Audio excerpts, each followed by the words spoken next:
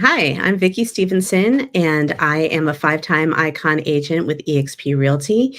And I wanted to come up with a class for everybody called Managing Emotions in Real Estate.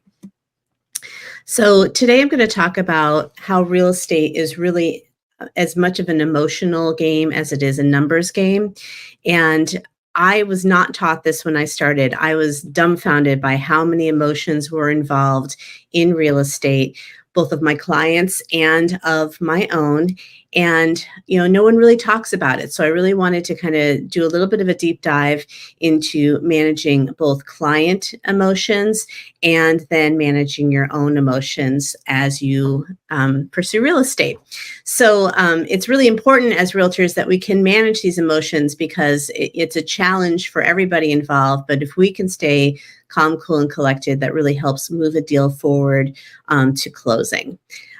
So today I'm going to talk about what to expect with clients, how to help them through some of those emotions, and then how to protect your own mental health. A little bit about me. I've been a realtor for 8 years and involved in real estate a whole lot longer. I was buying, selling, building, renting, renovating houses prior to getting my license. I am a five-time Icon agent, I'm delighted to say.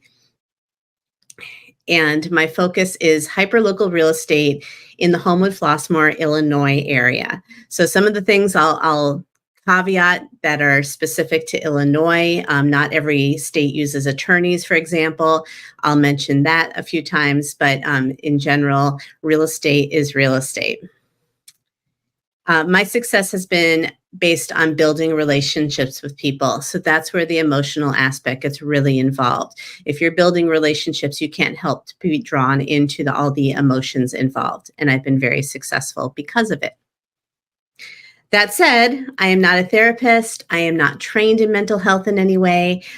These are my professional and personal observations. If you're in a mental health crisis, please, I implore you to seek professional help. Call or text 988. Reach out to people. There's lots of help available to you out there. And that said, I have been in a lot of therapy, so I've picked up some tips and tricks along the way. So what emotions are we working with here? For clients, there's a lot of emotions. So let's talk about sellers. A seller could be happy and excited that they're selling their home. They could be absolutely devastated that they're selling their home. They could be wistful about it. If they've been there a long time, they can be fearful about what the future holds for them. They could be angry about selling a home because not every sale is something people want, and they are pretty much always stressed. For buyers, they're often excited, so that's great. They are also often scared, especially first-time home buyers, because they really don't know what they're doing, and that leaves them confused as well. They're sometimes resentful, and there's a lot of ways that shows up. They're sometimes mournful because, again, not every move is one that someone wants to make. It's something that has to happen. And yes, they're pretty much always stressed.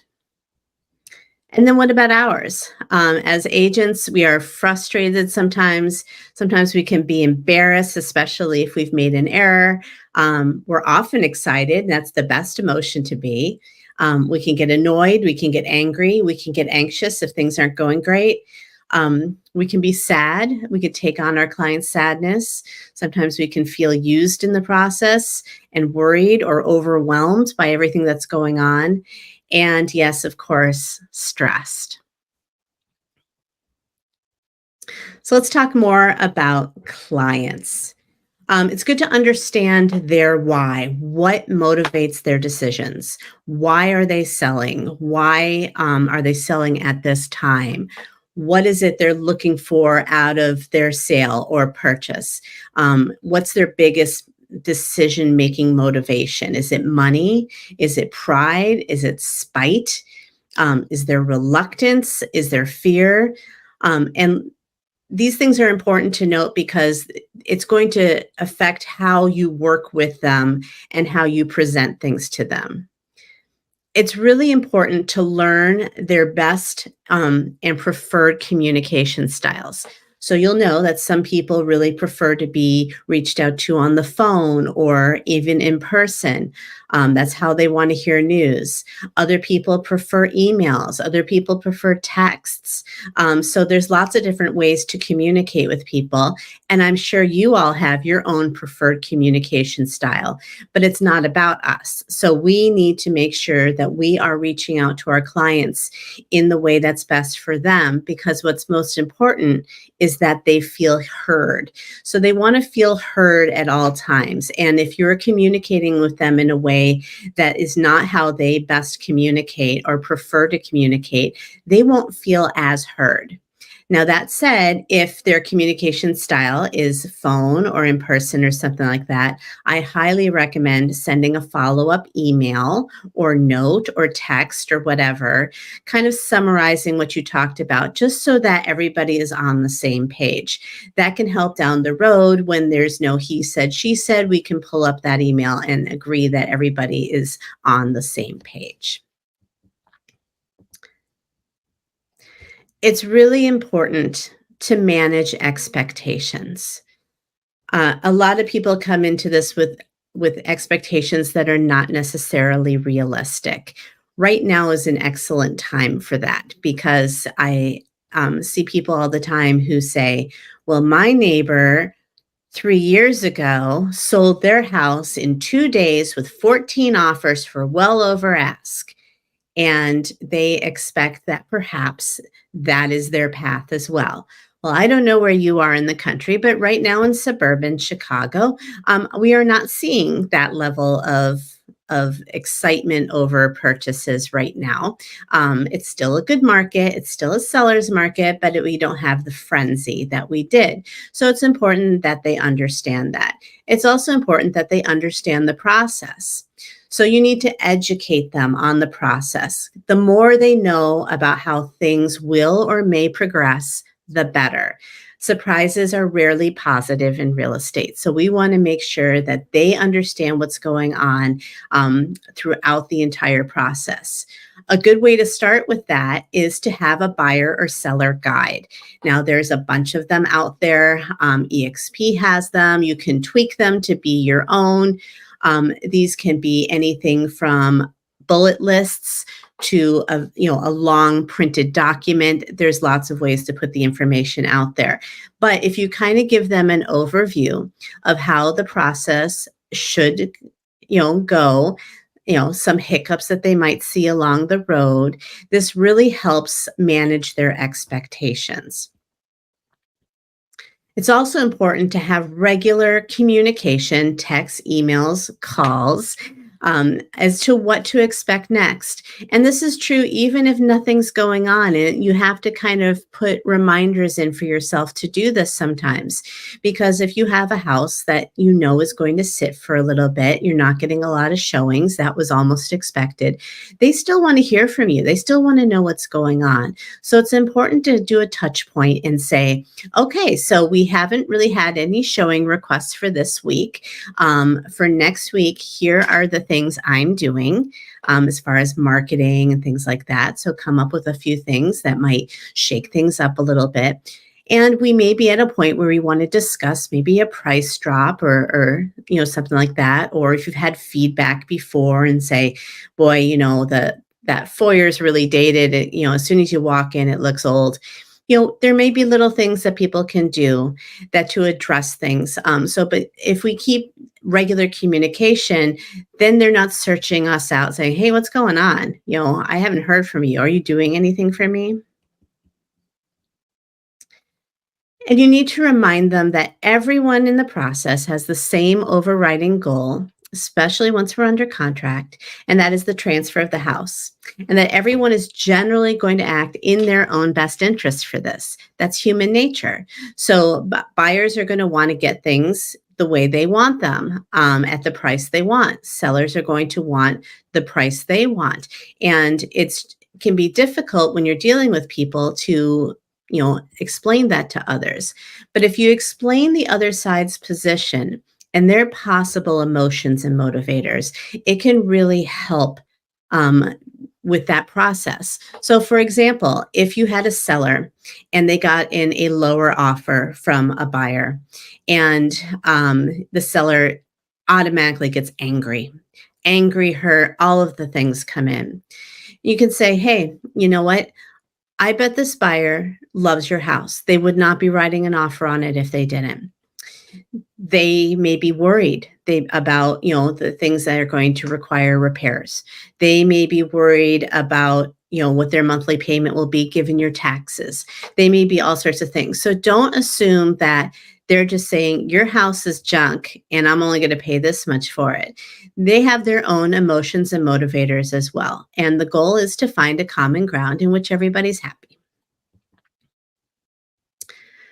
There are some specific emotions that come up a lot, and some of these really surprised me as I got into real estate. One of them is pride. This shows up more with sellers, but buyers do struggle with it as well. It usually shows up as righteous indignation, right? And is a more visible aspect of an underlying emotion. So let's talk about a seller in this situation. So you have a seller that perhaps they've lived in their house for 30 years and they've always kept up with maintenance, and they've always enjoyed their design style and things like that. But in all reality, the house is dated. There's things that need to be done. It doesn't match today's buyer's expectations. But they're going to have this house pride, which is great. And but it can interfere and make them feel judged more if they're not getting the response based on their house. Sometimes this comes into pricing. They say, well, my house is better than anything on the market. And sometimes you have to have a little, hard talk with them, showing them pictures, sharing your experiences perhaps at other comps about why maybe that isn't true. Not to them, but to the buyers out there. How do you handle this? You help them see the other side gently. Being gentle is very important when you're working with people who are dealing with pride, because they don't want to be hurt. So one thing I do if I'm walking through and you can tell they have a lot of pride and they really want to perhaps overprice their house, I'll walk through the house with them and I am very, very positive about the house. I like to point out all the things that are really nice about the house and the things they've done, point out if it's clearly well maintained, everything like that. And then you can say, I'm going to kind of walk you through as a buyer, and help you see things that a buyer might see. That perhaps someone who's going to come into this house is 30 years old. Well, what they're looking for things is not, the drapes you spent a bazillion dollars on, in 1990 were fantastic and they're in fantastic shape, but it is probably not something a buyer is going to want. And in the end, a house is worth what someone will pay for it. Now, this does not mean they have to give in. This does not mean they have to roll over because of somebody else's emotions. This is about helping them with the emotions and come to a positive outcome for everybody. The one emotion that struck me the most when I started real estate that I did not expect was sadness. Sadness is really hard to deal with in real estate because it's the one that's most easy to take on yourself. So this comes up in a lot of situations. Estates are a big one. So you have estates where the parents have passed away or perhaps moved into nursing homes and can no longer live in their home. And the heirs are left to clean out the house and put the house on the market and do all the things. You have a lot of sadness involved. You also often have a lot of people involved. So you may have family members who have different motivations. So this is a complicated situation, but understand the overwhelming emotion that's under all of this is almost always sadness. Divorce is another area that sadness plays a part. Sadness is almost universal in divorce, though it can show up as anger and spitefulness. So when you're dealing with a divorce, it can be difficult, especially you may be dealing with both of the divorcing parties. And you just have to, be very careful in how you handle things and not take on anything. If you're working with both the husband and wife, or the partners who are married, make sure that you are not taking sides and divulging things to the other person that shouldn't be. You have to be keeping that very confidential and very professional, while also showing a lot of empathy. And then downsizing was one that surprised me as well. So when people are downsizing another home, it is often not because there's something they're excited about. They are sad to leaving the home that they lived in for so long, perhaps raise their children in. But they know they need to, or family members are kind of pushing them to do so. And so downsizing is something that can be very difficult for people. And what you can do is you try to build hope for them too, and that their next place will be great. And boy, you think this piece of art that's so special to them would look so nice in their new condo or what have you. Keys are to listen, to empathize, and don't rush. These are not people who need to be rushed. You have to help them maintain dignity and a sense of control, because often in these situations, both of those are missing. And so the more you can improve, them, and have that relationship with them in which they feel that you respect them and that you want them to have their dignity and you want them to have some sense of control, the better. So fear is a big emotion that underrides a lot of things in real estate, both for buyers and sellers. So I'm going to break those out a little bit differently. So let's talk about buyers. Buyer fears, really specifically, even more so for first-time home buyers, are huge.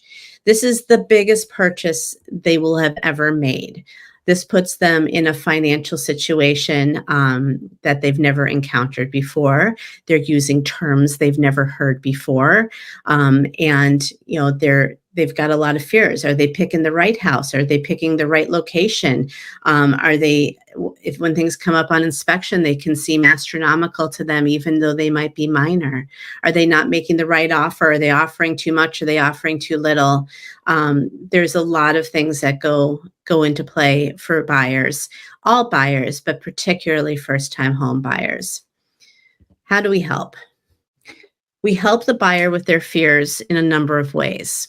The first thing is to help them with the numbers, and work with their lender to crunch numbers so they feel more comfortable. You generally don't want buyers to be spending the top of their budget on something. That's too risky. There's a lot involved there. That puts them in a difficult position.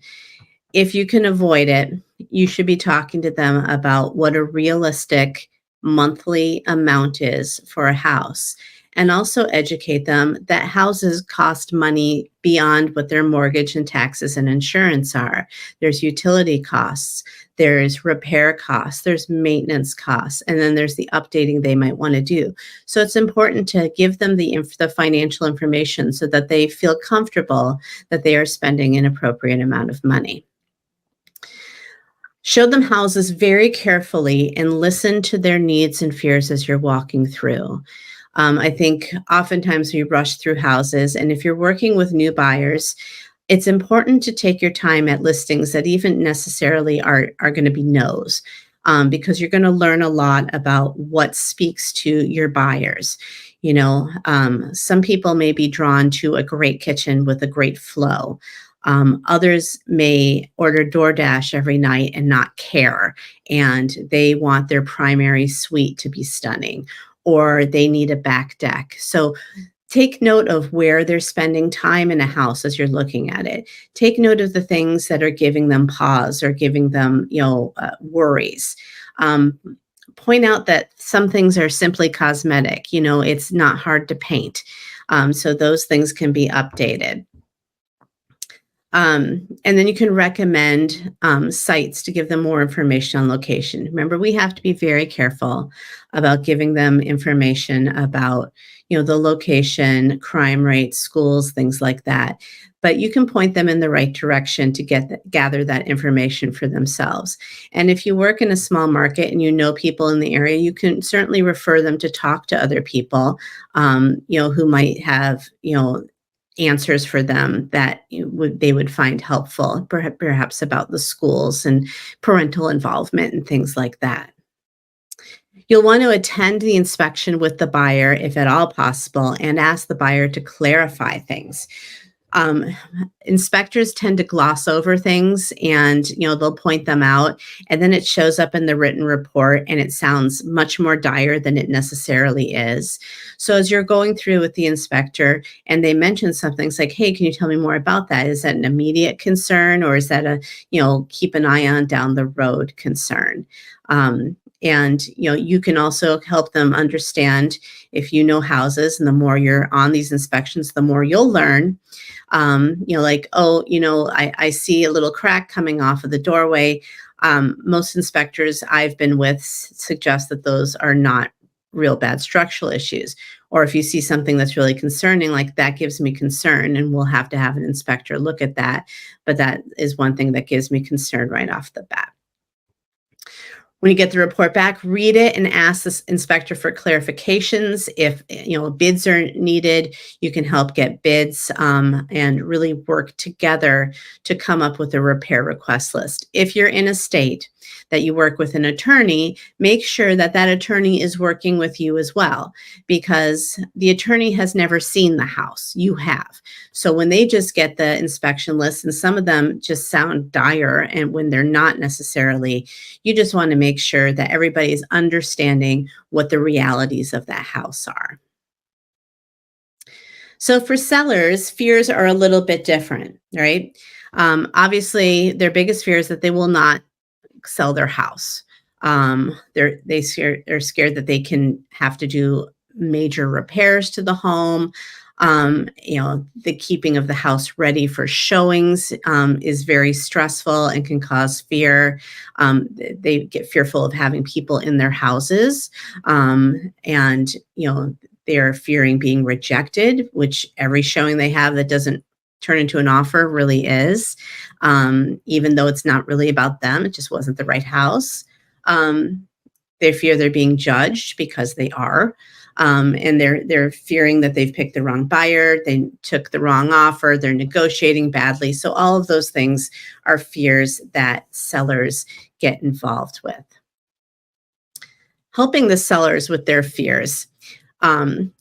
You want to walk through the house early in the process and ask them to pretend to be a buyer. So you're going to walk through with them, and you're going to point out things that buyers would likely point out. We all go blind to things in our own homes. We just walk past them every day, and it doesn't concern us. We know it's not a problem, but a buyer is going to look at things differently. And so we're going to point things out that a buyer might say. And we can recommend things then to help nip some of those concerns right in the bud there, so that they're not focusing on those negatives. Sometimes these can be fairly expensive renovations, and you have to do a cost analysis with them on that. Sometimes it's a tidying up. Sometimes it's a, touching up some paint in some areas. Sometimes it's, letting more light into the house or changing the bulbs. It's little things. Cabinet handles, my favorite. Those are little things that you can suggest to them that might help them without spending $1 million to fix up their house. And you just help them to, say, this is what's kind of on trend and what I see sell more quickly. And in the end, it's their house and their decision to what to do, but they are looking to us as the professionals to guide them. You want to explain the market to them as it is now, not how it is 3 years ago when your neighbor sold, and how showings will work, how feedback works, how you will bring booties to the house for showings, how open houses work if they want them, how, if they should be out of the house during the showing, how to handle people who come late or early to showings, all of those things. You just want to explain that to them because this is very stressful for them to be letting people into their homes. Obviously, for vacant houses, the slightly different concerns. They might be concerned about squatters and less concerned about keeping the house show ready. Once you do get a contract, you want to walk through the contract very carefully and explain what has to happen between acceptance through close. There's all these hurdles that have to happen: inspection, attorney review, appraisal, the loan getting approved. All those things have to happen. And so if you kind of explain to them what's going to happen and potential, issues that could come up along the way, that's really going to help them with that fear of what happens next. Also assure them that you're going to speak to the lender involved, assuming there is one. It's really important to talk to that lender up front and say, hey, I have your pre-approval. We have an offer in from your client. This is the offer price. These are the taxes. This is the blah, blah, blah. And so that the lender has a full idea of what this is about, and ask the lender, like, do you see any issues? And you can usually tell by the tone of their voice. So call the lender, don't email. And you can, and you're already setting a rapport with that lender saying, hey, I'm proactive. You're going to like working with me because I'm going to get you everything you need from my end. And I'm also going to be making sure to stay on top of this for my client. And we all want a smooth deal. Remember, all we want to do is close. And then, of course, keep in constant contact with your seller. There's a lot of times after the inspection is over, there's this kind of lull in which they're not getting showings. We're just waiting on the loan to be processed. And that's why you check in once a week with your lender. And then you give your sellers an update. Hey, I checked in with the lender. They say everything's moving along. They've gotten a few things. They're in for conditional approval. So you get a sense of what's going on. And then, what's next? Like, closing is in 3 weeks. And, when we get closer to it, we'll talk a little bit more about how to transfer utilities. Remember, scared dogs and every other animal have different ways of addressing fear. So one can be whimper, another could hide, and another can bite. And people are the same. So you'll get some clients who will just kind of be like needy in the sense that they need a lot of reinsurance. That's fine. That's our job. We can provide a lot of reassurance, right? We can have more regular check-ins. We can keep them up to date as much as possible. And then, some will hide and be like, I don't really want to know any of that, but you have to keep them updated so that they don't tell you down the road, you never told me this, but understand that their reaction to it may be a little bit different. And then others will bite. So understand that sometimes if things aren't going well in the deal, if there's issues with the loan, if there's issues with inspection, they might kind of, take it out on you or on, their the other side as being kind of a nastiness. And again, what we do is we diffuse. We talk about the other party's motivation. We talk about your motivation. You empathize. You say, it's so frustrating. I totally understand. And let's give this a day. Let's see how this plays out. I'm staying on top of it. So, those are the only things you really, can do. And you want to make sure that you are taking care of your clients, but you're also not a punching bag. So when fears come true, there's a lot of things that can go wrong in a real estate deal. And they all will at some point in your career. So one of the things for sellers, one of their biggest fears is no offers coming in, right? So if no offers are coming in, then we have to have a conversation as to why.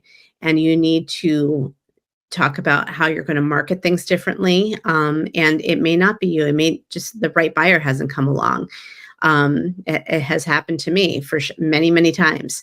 But there's still different marketing things you can try.